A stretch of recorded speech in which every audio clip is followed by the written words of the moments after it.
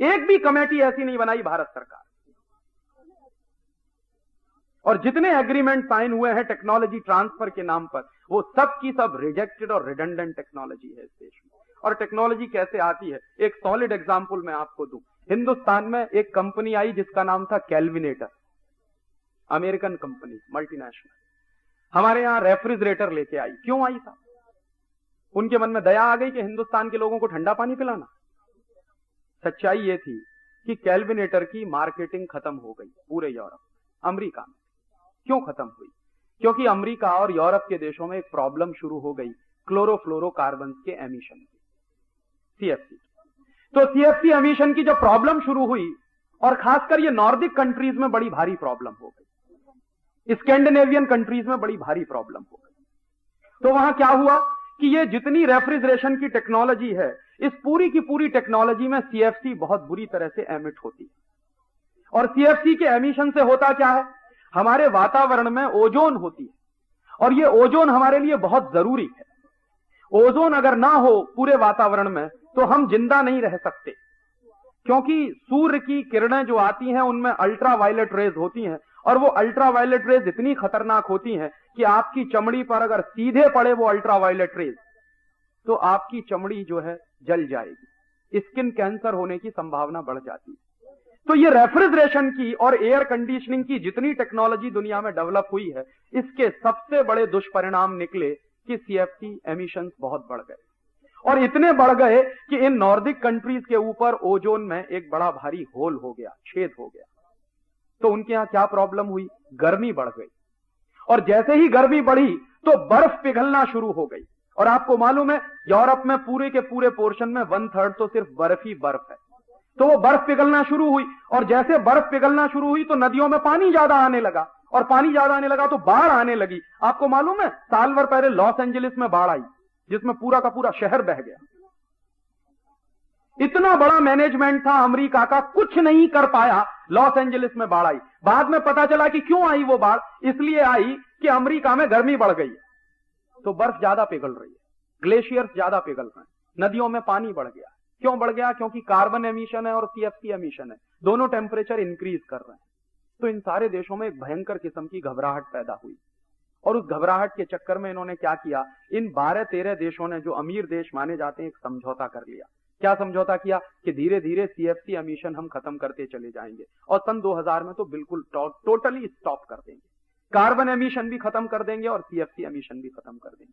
तो संकट हुआ कि सीएफसी एमिशन करने वाली टेक्नोलॉजी का क्या होगा। तो किसी ने उनको कहा कि हिंदुस्तान में ले जाकर डंप कर दो, बहुत अच्छा देश। तो कैलविनेटर वाले यहां आ गए, और यहां आके उन्होंने विज्ञापन देना शुरू कर दिया कि रेफ्रिजरेटर घर की शान, बिना रेफ्रिजरेटर के घर में शान ही नहीं। हिंदुस्तान के इडियट्स लोगों ने कभी एक मिनट ये नहीं पूछा कि इस रेफ्रिजरेटर की हमको क्या जरूरत है। यूरोप में, नॉर्डिक कंट्रीज में, स्कैंडिनेवियन कंट्रीज में रेफ्रिजरेशन का सिस्टम आया क्यों? तो सीधी सी बात है, बहुत सूखा हिस्सा है, और सूखे हिस्से में भोजन ज्यादा समय तक सुरक्षित नहीं रहता, और वहां परंपरा भी कुछ ऐसी है कि सप्ताह में एक दिन भोजन बनाया जाता है। मैं यूरोप के कई देशों में रहा हूं, तो मैं देखता था सिर्फ फ्राइडे को भोजन बनाते हैं, और बाकी दिन फिर उसी को निकाल निकाल के खाते हैं फ्रीजर में। किसी को फुर्सत ही नहीं है रोज गर्म खाना बनाने की, सब्जियां रोज मिलती नहीं है। मैं फ्रांस में था तो बीन्स अगर लेनी होती थी तो एक दिन मिलती थी हफ्ते में, वो भी इंडिया से जाती थी तब मिलती थी। कॉलीफ्लावर लेना है तो कभी एक दिन मिलता था हफ्ते में। तो हरी सब्जियां मिलती नहीं है, या तो यहां से जाती हैं हिंदुस्तान से, या लैटिन अमेरिका से आती हैं, या अफ्रीका से जाती है। तो अफ्रीका से फल भी जाते हैं बहुत बड़ी मात्रा में। तो वहां क्या होता है कि जो पहले खरीद ले वो घर के अंदर रख ले उसको, बाकी किसी को मिलता नहीं। तो रेफ्रिजरेटर की इसलिए उनको जरूरत थी कि स्टोरेज करके रखना। सप्ताह में 1 या 2 दिन हरी सब्जी मिल पाती है, सप्ताह में 1 या 2 दिन खाना बना पाते हैं, इसलिए खाना बना के भी रख लेंगे, सब्जियां भी इकट्ठी करके रख लेंगे, इसलिए उन्होंने रेफ्रिजरेटर का इजाद किया। थ्योरी तो हम भी जानते थे, रेफ्रिजरेशन की थ्योरी तो सारी दुनिया में यूनिवर्सल है। थ्योरीज तो हमेशा यूनिवर्सल होती हैं, टेक्नोलॉजी लोकल होती है। तो थ्योरीज तो हम भी जानते थे रेफ्रिजरेशन की। हिंदुस्तान में पिछले 500-700 साल से रेफ्रिजरेशन की थ्योरीज पे बहुत काम होता है, ऐसा नहीं है कि ये देश जानता नहीं। लेकिन हमने कभी रेफ्रिजरेटर बनाया नहीं। क्यों नहीं बनाया? हमको जरूरत नहीं थी।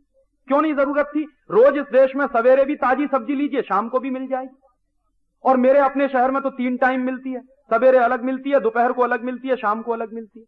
और दूसरा एक और अद्भुत सिस्टम है, रोज गरम गरम मेरी मां मुझको रोटी बना के खिलाती है। यूरोप में कभी कोई मां नहीं खिलाती अपने बच्चे को गरम गरम रोटी, जानता भी नहीं है कोई रोटी बनाना। तो उनकी प्रॉब्लम थी, इसलिए उन्होंने रेफ्रिजरेटर का ईजाद किया। हम काहे के चक्कर में फंस गए जो हमने अपने घर में खरीद के उसको रख लिया।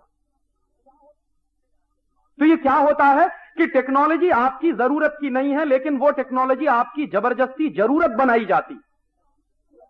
और उन्होंने आपके यहां रेफ्रिजरेटर को जरूरत बना के पेश किया, क्योंकि उनको रेफ्रिजरेटर आपके यहां डंप करना था।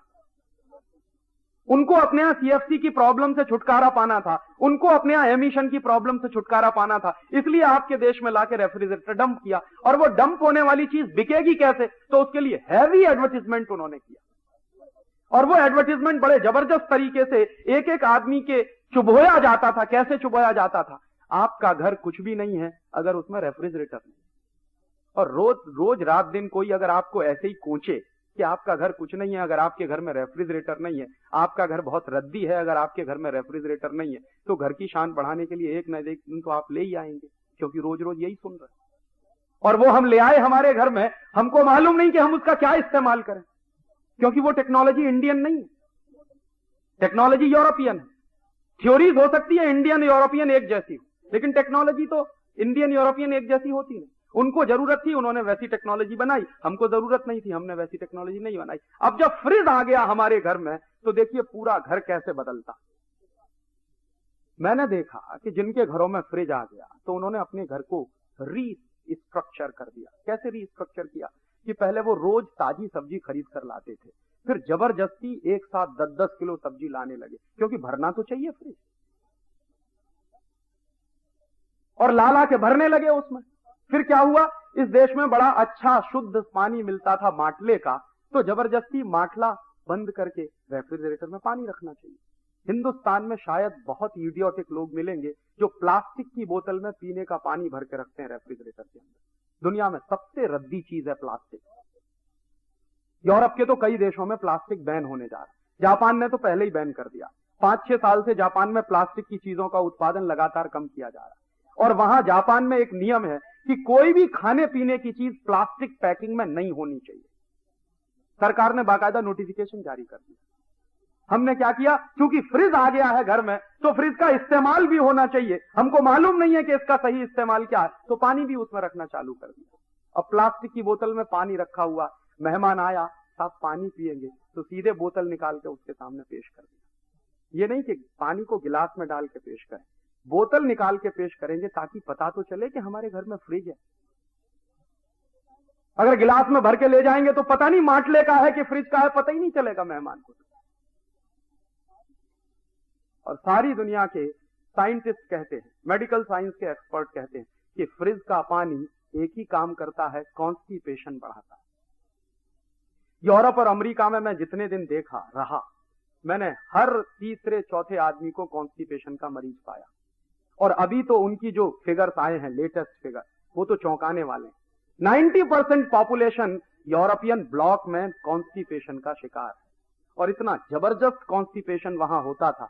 मैं जहां रहता था यूरोप में, तो मैं देखता था 4-4 दिन 5-5 दिन संडास नहीं होती लोगों को। एक बार एक डॉक्टर जुकरसन से मेरी मुलाकात हुई, बड़े भारी डॉक्टर माने जाते। तो मैंने उनसे पूछा कि आपके देश में इतना कॉन्स्टिपेशन क्यों है? तो कहने लगे उसका सिंपल सा कारण है कि हमेशा फ्रिज का पानी हम लोग पीते हैं और आइस इतनी इस्तेमाल करते हैं, जरा सा पानी उसमें आइस डालेंगे 3/4। चाहे पेप्सी पीना हो, कोका पीना हो, तो 3/4 उसमें आइस के क्यूब्स होंगे और मुश्किल से 1/4 उसमें कोका या पेप्सी या कोई सॉफ्ट ड्रिंक होगा या हार्ड ड्रिंक होगा, कुछ भी होगा। इतना जबरदस्त आइस इस्तेमाल करते हैं, इसलिए कॉन्स्टिपेशन। तो मैंने डॉक्टर जुकरसन से पूछा, क्या पेशेंट आते हैं तो आप क्या करते हैं? तो कहता हूं कि हर पेशेंट से कि देखो फ्रिज का पानी पीना बंद कर दो पहले, और अगर संभव है तो गर्म पानी पियो, उकाड़ा हुआ पानी पियो। तो मैंने कहा हिंदुस्तान में तो हजारों साल से धर्म यही कहता है कि गर्म पानी पियो, हमको क्या जरूरत थी, ये काहे को उठा लाए, ये बीमारी हम हमारे घर में।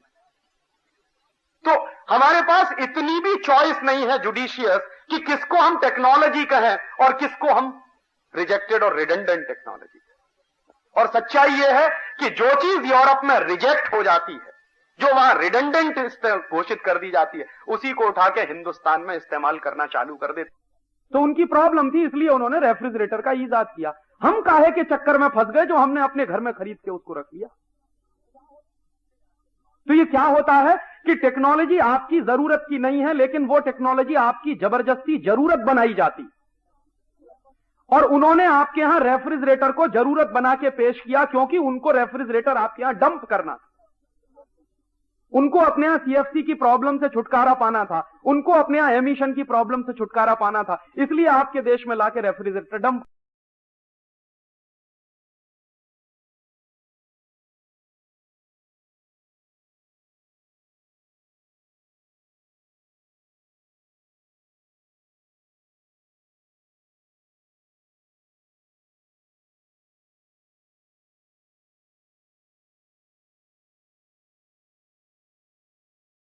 ऐसे एग्रीमेंट साइन हुए हैं लिबरलाइजेशन के नाम पर कि आप चौंक जाएंगे। अमेरिका की एक कंपनी है जिसका नाम है पेप्सी कोला। पेप्सी कोला के साथ भारत सरकार ने एक एग्रीमेंट साइन किया है कि हर साल Pepsi cola 10,000 metric ton chemical waste America से लाकर हिंदुस्तान में डंप करेगा। ये है लिबरलाइजेशन। और ये 2 साल से डंप होना शुरू हो गया है। सबसे पहली डंपिंग किया था पेप्सी कोला ने मद्रास के पास एक गांव है, और अब इस साल से पेप्सी कोला डंप कर रहा है उस केमिकल वेस्ट को। केरल में एक जगह है, उसका नाम है वाइपीन। वाइपीन बहुत सुंदर द्वीप है। एक बार मैं गया हूं, इतना खूबसूरत है कि जाने के बाद लौटने का मन नहीं करता। अब उस वाइपीन द्वीप पर अमेरिका से लाया हुआ 10,000 मीट्रिक टन कचरा वेस्ट डंप किया जा रहा है, और ये काम पेप्सी कोला कर रहा है। और ये क्यों हुआ है? क्योंकि लिबरलाइजेशन हो रहा है इस देश में, ग्लोबलाइजेशन। और ऐसे एक नहीं, हंड्रेड्स ऑफ एग्रीमेंट साइन हुए हैं कनेडियन कंपनियों के साथ, ऑस्ट्रेलियन कंपनियों के साथ, अमेरिकन कंपनियों के साथ, न्यूजीलैंड की कंपनियों के साथ, कि वो दुनिया भर के तमाम देशों का। कनाडा की एक कंपनी से तो ये एग्रीमेंट साइन हुआ है जिसको लेके हमने एक पिटीशन फाइल किया। एग्रीमेंट ये है कि कनाडा की कंपनी अपना एटॉमिक वेस्ट लेकर आएगी और हिंदुस्तान में डंप करेगी। ये कंपनी पहले बांग्लादेश के साथ एग्रीमेंट करना चाहती थी। बांग्लादेश की सरकार भी इतनी होशियार है कि जब उनको पता चला कि ये लाने वाले क्या हैं, तो एटॉमिक वेस्ट आएगा, तो उन्होंने कहा नहीं नहीं, हम इसको परमिशन नहीं देने वाले। जो एग्रीमेंट बांग्लादेश की सरकार ने नहीं किया, वो एग्रीमेंट हमारी सरकार ने किया कनाडियन कंपनी के साथ। और ऐसे 100 से ज्यादा एग्रीमेंट साइन हुए हैं जिसमें हर साल इस देश में हजारों मीट्रिक टन कचरा आएगा उनके देश का, और इस देश में डंप किया जाएगा। और एक बड़ा ऐतिहासिक दस्तावेज ऐसा ही है मेरे पास। हॉलैंड की एक कंपनी है सीजवॉन वीवी, उसके साथ मनमोहन सिंह ने एक एग्रीमेंट साइन किया था। क्या एग्रीमेंट था? कि हॉलैंड के सुअरों का गोबर 1 करोड़ टन हर साल हिंदुस्तान में लाके डंप किया जाए। ये एग्रीमेंट किया मनमोहन सिंह, और उसके दस्तावेज मेरे पास। क्यों किया है? तर्क क्या था मनमोहन सिंह का? तर्क यह था कि हॉलैंड के सुअरों का जो गोबर है वो क्वालिटी में बहुत अच्छा है। क्यों अच्छा है क्वालिटी में? तो वो तर्क दे रहे थे। जब हमने कहा कि ये आपने क्यों किया, तो एक दिन दिल्ली की एक मीटिंग में उन्होंने इस सवाल पर जवाब देते हुए कहा कि हमने इसलिए ये एग्रीमेंट साइन किया कि हॉलैंड के जो सुअरों का गोबर है वो बहुत अच्छा, क्वालिटी में बहुत अच्छा। और दूसरा क्यों अच्छा है? क्योंकि वहां के सुअर सोयाबीन खाते हैं। तो मैंने सवाल पूछा उनसे उस मीटिंग में कि ये सोयाबीन जाता कहां से? कि हमारे देश से जाता है। कहां से जाता है? मध्य प्रदेश से जाता है। आपको मालूम है इस देश में मध्य प्रदेश को पूरा सोयाबीन का बेल्ट बना दिया इसी ग्लोबलाइजेशन के चक्कर। तो क्या हो रहा है? सोयाबीन के लिए हजारों हजारों हेक्टेयर खेती बर्बाद कर दी गई है। सारे दुनिया के एग्रीकल्चरल साइंटिस्ट कहते हैं कि 10 साल सोयाबीन की खेती के बाद 11वें साल आप उस खेत में कुछ नहीं कर सकते, वो बंजर हो जाता है। इसलिए यूरोप के देश सोयाबीन पैदा नहीं करते। तो यूरोप के देश सोयाबीन पैदा नहीं करते, लेकिन हॉलैंड एक ऐसा देश है जो सुअरों को पालता है। मैंने हॉलैंड में देखा बड़े बड़े रेंच होते हैं पिग्स के। हमारे यहां रेंच होते हैं गाय के, उनके यहां रेंच होते हैं पिग्स के। क्यों बनाते हैं रेंच? क्योंकि सुअर का मांस खाना, और सुअर के मांस को स्वादिष्ट बनाने के लिए उसको सोयाबीन खिलाना। लेकिन हॉलैंड की सरकार वो सोयाबीन अपने खेतों में पैदा नहीं होने देती। उसके लिए भारत सरकार से उन्होंने समझौता करके हमारे यहां सोयाबीन पैदा करवाना शुरू किया। तो यहां से सोयाबीन की खली जाती है, उनके सुअर खाते हैं, और उसके बाद जो टट्टी करते हैं वो हमारे देश में आएगी। ये एग्रीमेंट किया। और ये एग्रीमेंट एक ऐसे व्यक्ति का है जिसको हिंदुस्तान में बेस्ट फाइनेंस मिनिस्टर का अवार्ड मिला। पता नहीं उनके दिमाग में भी वही गोबर भरा हुआ है। और जब हम कोर्ट में गए ये सब बातें लेकर, और मनमोहन सिंह को लगा कि अब फंसने वाले हैं, और जवाब नहीं देते बन रहा था उनको, कोर्ट ने नोटिस इशू कर दिए थे, इसको हमने पब्लिक इंटरेस्ट पिटीशन बनाया था, तो मनमोहन सिंह ने फिर बाद में प्रेशर में आके वो एग्रीमेंट कैंसिल किया। ऐसे एग्रीमेंट साइन होते हैं इस देश में, लिबरलाइजेशन और ग्लोबलाइजेशन। कोई एक मॉनिटरिंग कमेटी नहीं है इस देश में जो ये छांटती हो कि क्या एग्रीमेंट साइन हुआ है और उसके क्या परिणाम होने जा रहे हैं इस देश में। एक भी कमेटी ऐसी नहीं बनाई भारत।